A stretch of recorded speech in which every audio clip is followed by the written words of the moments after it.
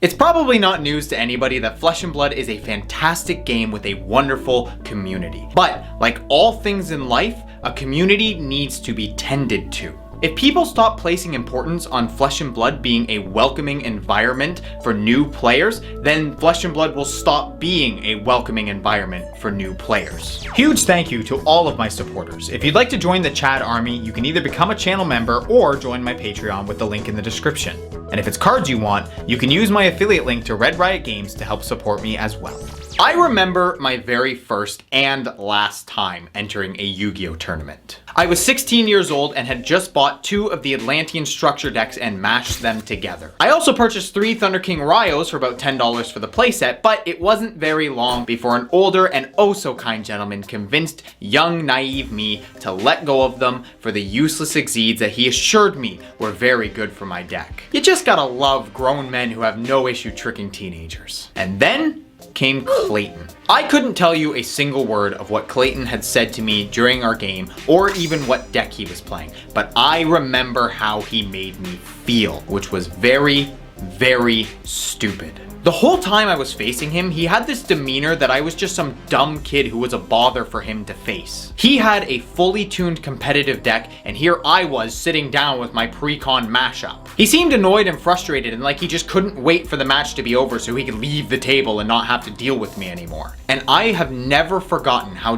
dumb he made me feel for not knowing things like cutting decks before a match in a tournament. Needless to say, I never went back to that LGS to play Yu-Gi-Oh again. Now, it's been 10 years since that fateful day, and I now find myself in the position that Clayton was in. When Flesh and Blood started up at my LGS, I was the guy with the fully tuned decks. I was the one with the firm grasp on the game, and I was the one who was facing all of the new players, many of whom didn't have anything past the Ira Welcome deck.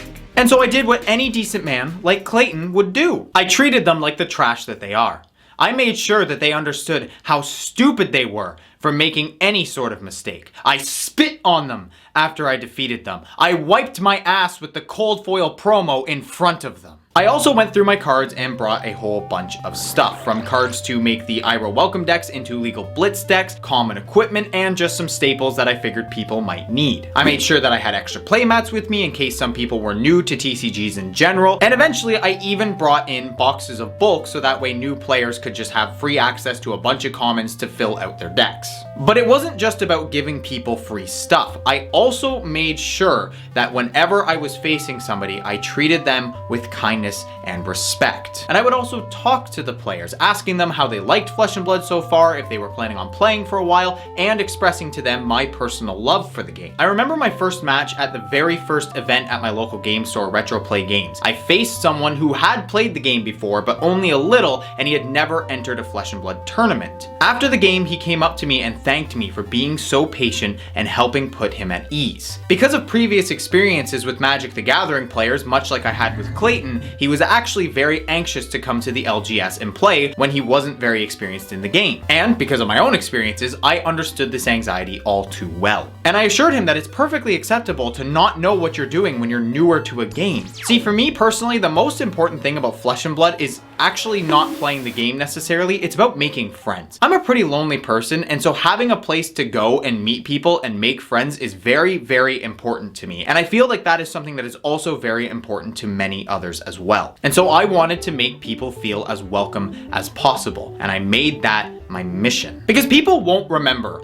all the wins and losses that they had. People won't remember the things you said to them during a match, but they will remember how you made them feel. As long as the people at the LGS are making them feel welcome and wanted, a player will continue to return week after week. And let's say that you are one of those top entrenched players at your LGS and you keep winning those cold foil promos. Instead of selling those promos on Discord every single time, maybe instead find a newer player who is playing the deck that that promo corresponds to and give it to them. I'll be honest, my LGS has held 7 Flesh and Blood events so far, and I have come first place in 5 of those 7 events. But I've only kept the cold foil promo twice. I kept a copy of Emberblade and the Storm of Sandakai. Every other time I've given it to somebody else who is playing that deck. And the last one I gave away was the Storm of Sandakai to a newer player who had come from Yu-Gi-Oh! And he was also playing Dromai. I walked over, set the card on his mat and said, hey, I don't need the card because I already have one. I would like you to have it. And I will be very honest with you. The smile that broke out on his face when I gave him that promo was worth far, far more than the $30 that I could have got selling it on the Discord. But even if you're not the top player at your LGS, if you're someone who has opened a ton of product, you've been in this game for a while, and you have plenty to give back,